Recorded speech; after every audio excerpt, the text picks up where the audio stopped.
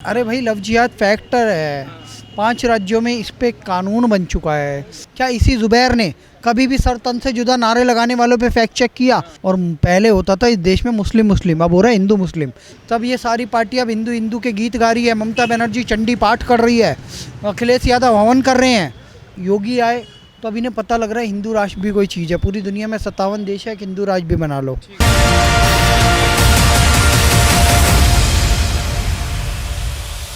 ये बताइए कि अभी 2024 का चुनाव होने वाला है, उससे पहले द केरला स्टोरी आती है, उस पर क्या कुछ आपका कहना होगा? क्योंकि अब उसको जो है कह रहा है कि फेक स्टोरी है। शशि थरूर जो लोकसभा के सांसद हैं, उनका भी कहना है कि फेक स्टोरी है। आपका क्या कहना है? देखिए, मुझे यही कहना है। शशि थरूर का एक ट्वीट मैं पढ़ देता हूँ, आपके चैनल पे दिखा भी देता हूँ।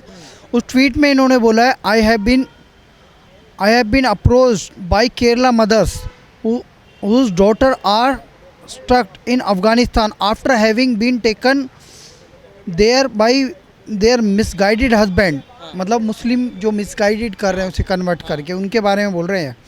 आई अरेंज ए मीटिंग, जो हमारे फॉरेन मिनिस्टर है सुषमा स्वराज उस समय की, I arrange meeting with Sushma Swaraj ji for a constituent to plead her case. Obviously it's as an MP that I am aware of the situation. और वहीं दूसरी तरफ ये केरला जो स्टोरी है उसका विरोध कर रहे हैं। सर एक बात बताइए, पहले आप जो IS में लड़कियां जा रही हैं, लड़के जा रहे हैं, उन पे आप वहाँ के मदर फादर को या किसी को भी अपनी कॉन्स्टिट्यूएंसी से रिलेटेड लोगों को जागरूक करने की बात कर रहे हो। वहीं दूसरी तरफ आप ये कह रहे हो कि भाई केरला स्टोरी नहीं होनी चाहिए। अरे भाई लव जिहाद फैक्टर है। 5 राज्यों में इस पे कानून बन चुका है। और सबसे ज़्यादा IS रिक्रूटमेंट कहाँ से हुआ है? केरल से ही तो हुआ है, या औरंगाबाद जो अभी संभाजी नगर हो चुका है महाराष्ट्र, नहीं तो बेंगलोर से, नहीं तो भटकल से, मैंगलोर से, कोस्टल कर्नाटक से। ये बात हमें समझनी होगी कि भाई रिक्रूटमेंट जहाँ से हो रही है वहीं की तो बात होगी। 750 से ज़्यादा मुकदमे दर्ज हुए हैं, केस दर्ज हुए हैं। 2012 में विधानसभा में खड़े होके ओमन चांडी जो कांग्रेस के उस समय के मुख्यमंत्री थे, उन्होंने कहा है, तत्कालीन मुख्यमंत्री जी ने, कि 20 साल बाद यह जो भूमि है केरल की, ये इस्लामिक स्टेट के लिए तैयार हो जाएगी, इस्लामिक स्टेट बन जाएगा ये। तो क्या अब सरकारों को इसके लिए अवेयर नहीं होना चाहिए? PFI पे बैन लगा, पॉपुलर फ्रंट ऑफ इंडिया ने प्रोफेसर जोसेफ का हाथ काटा सिर्फ मोहम्मद शब्द लिखने पे। मोहम्मद साहब की आपको पता होगा, गुस्ताखे नबी की एक सज़ा, वही वाला नारा लगाए थे वो लोग, और उस पर सरकार ने बैन लगाया है। वो कहाँ का संगठन? वो केरल का संगठन। SDPI कहाँ का? केरल कर्नाटक का। बैन कहाँ लगा है? वो अपने आप को एक्सपेंड कर चुका था। दिल्ली में शाहीन बाग उन्होंने किया, एक्सपेंड करते करते बिहार पहुंचा। बिहार में झारखंड का एक पुलिस अधिकारी, उन्हें आतंकी ट्रेनिंग देता हुआ पकड़ा गया। वहाँ 7 पन्ने पकड़े गए। 7 पन्नों में क्या लिखा था? भारत को इस्लामिक राष्ट्र बना देंगे 2047 तक। तो IS के लिए रिक्रूटमेंट तो PFI भी कर रहा था। तो हमें ये बात समझना पड़ेगा, ये एक पूरा ट्रैप है, जिस ट्रैप से अवेयर करने के लिए फ़िल्म बनाई गई है, द केरला स्टोरी। तो मेरे भारत के प्रत्येक नागरिक से मैं कहूँगा, देखें।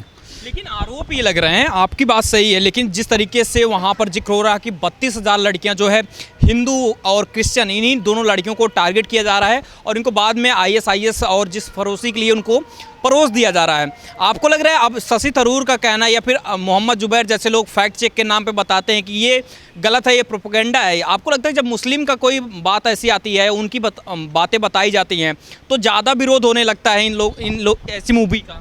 देखिए, मोहम्मद जुबैर के लिए तो मैं ये कहूँगा, ये खुद IS है, एक तरीके इंटेलेक्चुअल IS। क्योंकि ये कभी भी PFI के खिलाफ कोई फैक्ट चेक नहीं करता। सर आपने भी देखा होगा, popular front of India ban हुआ, क्या इसने उसकी लिस्ट निकाली? प्रोफेसर जोसेफ का इन्होंने कब हाथ काटा? कब ये दिल्ली शाहीन बाग में जब इनके ऊपर एनफोर्समेंट डायरेक्टर ED की रेड पड़ी, जो फंडिंग कहाँ से आती थी, 100 करोड़ से 150 करोड़ तक की फंडिंग इन्हें हुई, इनके अकाउंट सीज हुए, क्या इस पर फैक्ट चेक किया? पटना में 7 पन्ने जो पकड़े गए उस पर फैक्ट चेक किया? क्या इसी जुबैर ने कभी भी सर तन से जुदा नारे लगाने वालों पे फैक्ट चेक किया? इस जुबैर ने नुपुर शर्मा के खिलाफ तो प्रोपेगेंडा चलाया, टाइगर राजा सिंह के खिलाफ प्रोपेगेंडा चलाया, काजल हिंदुस्तानी के खिलाफ प्रोपेगेंडा चलाया, लेकिन उनके साथ हुए अत्याचार की बात करी? क्या वो आवाज़ उठा रही है इस्लामिक जिहाद के खिलाफ और लैंड जिहाद के खिलाफ, वक्फ बोर्ड के खिलाफ, वक्फ बोर्ड के द्वारा जो लैंड जिहाद किया जा रहा है उसके खिलाफ? क्या उस पर बात करी? फैक्ट चेक करना है तो पूरी तरह करो, प्रोपेगेंडा मत चलाओ एंटी हिंदू। नहीं तो तुम्हें भी जिहादी की ही श्रेणी में डाला जाएगा, तुम इंटेलेक्चुअल टेररिस्ट हो एक तरीके से। आपको लगता है कि कहीं न कहीं मुसलमानों को जो है, जब मुसलमानों की बात होती है तो इनको जो है काफ़ी ऐसा दिखाया जाता है या बताया जाता है भारत में कि मुसलमान है तो ये कुछ कर ही नहीं सकता, ये कोई अपराध भी कर दे तो इसको होता है कि माफ़ कर दीजिए या इसको जो है जाने दीजिए, ऐसा होता है तक क्या? की सरकारें तुष्टीकरण करती थी, मोदी सरकार आने के बाद मुस्लिमों को पता चल गया उनकी औकात क्या है। अतीक अहमद की ठुकाई हो चुके हैं, उसका बेटा असद अहमद मारा जा चुका है, मुख्तार अंसारी को अभी सज़ा हुई है, जल्दी उसका भी एनकाउंटर हो जाए। मैं तो ऐसी आशा करता हूँ जल्दी मिट्टी में मिले, खाक में जाए, जहन्नुम पहुँचे और 72 हुरे या बदसूरतें से मिले। मैं तो यही चाहता हूँ। योगी सरकार ने दिखा दिया है मॉडल क्या होता है। और पहले होता था इस देश में मुस्लिम मुस्लिम, अब हो रहा है हिंदू मुस्लिम। पहले सिर्फ इस देश में हज के लिए पैसे दिए जाते थे, सब्सिडी। पहले इस देश में अजमेर शरीफ की दरगाह पे फिल्म रिलीज़ होने से पहले सबसे ज़्यादा प्रमोशन अजमेर शरीफ का होता था। और वहीं के चिश्ती ने कहा था कि हम 30 करोड़ 36 करोड़ हो चुके हैं, हम हिंदुओं को सबक सिखाने के लिए तैयार हो गए हैं। और उस चिश्ती के हम मूतने भी जाने को तैयार नहीं है अब हिंदू समाज। क्यों? क्योंकि उसने कन्हैया लाल की हत्या पे आंसू नहीं बहाए, खुशी मनाई। कन्हैया घोष मोहम्मद रियाज मोहम्मद ने हत्या कर दी उदयपुर में, देखा नहीं क्या हमने? इन लोगों का बहिष्कार ज़रूरी है। और मैं यही कहना चाहता हूँ, ये एक प्रोपेगेंडा है पूरा का पूरा, और इस प्रोपेगेंडा को समझना ज़रूरी है कि हम लोग कितने बड़े ट्रैप में थे। अब हिंदू मुस्लिम हो रहा है, अब हिंदुओं की भी बात हो रही है, पहले मुस्लिम मुस्लिम होता था। मैं यही कहना चाहता हूँ।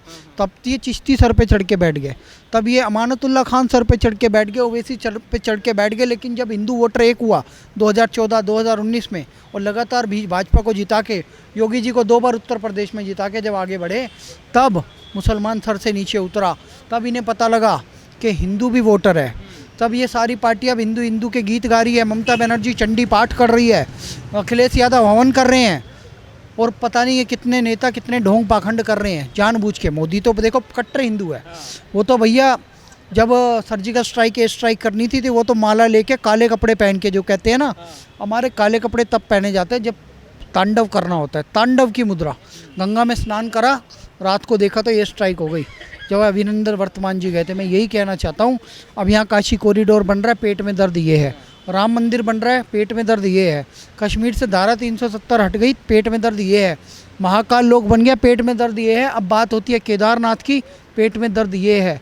और वृंदावन में मथुरा में भी फैसला आने वाला है, पेट में दर्द ये है। 500 एकड़ ज़मीन मिल रही है, वृंदावन कॉरिडोर भी बन रहा है, और उसके अलावा और यहाँ वाराणसी का भी फैसला आने वाला है। पेट में दर्द ये है। अब हिंदू और मुस्लिम हो रहा है। मुस्लिम को तो कल तक तुष्टीकरण किया जाता था, अब हिंदुओं को भी न्याय मिलना शुरू हुआ है। विपक्ष के पेट में ये दर्द है, हिंदुओं की बात क्यों हो रही है? हिंदुओं का देश है ये।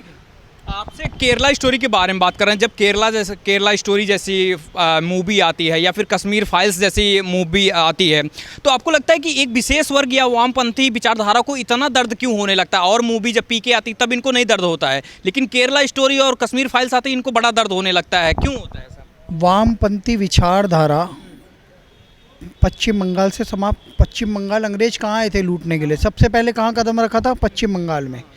उस बंगाल की धरती को सबसे पहले लूटा।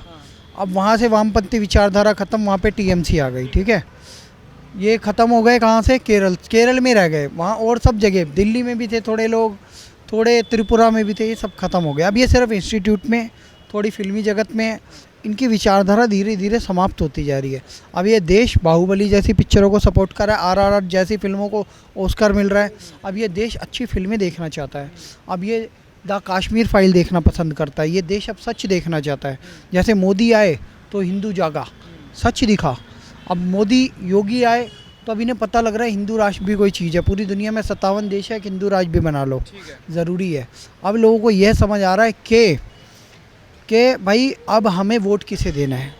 तो अब इनकी पूरी राजनीति समाप्त हो रही है। और केरला स्टोरी के माध्यम से यही बताया जा रहा है कि अपनी बहन बेटियों को बचाओ, आगे उज्जवल भविष्य देखना चाहते हो, अफ़गानिस्तान, पाकिस्तान, बांग्लादेश जैसे अपने हाल नहीं देखना चाहते, तो केरला स्टोरी देख के अपनी आंखें खोल लो, अपनी ज़मीन बचा लो, बहन बेटियों को बचा लो। केरला स्टोरी ज़रूर देखने जाए 5 मई 2023 अपने नज़दीकी सिनेमाघरों में। जय श्री राम।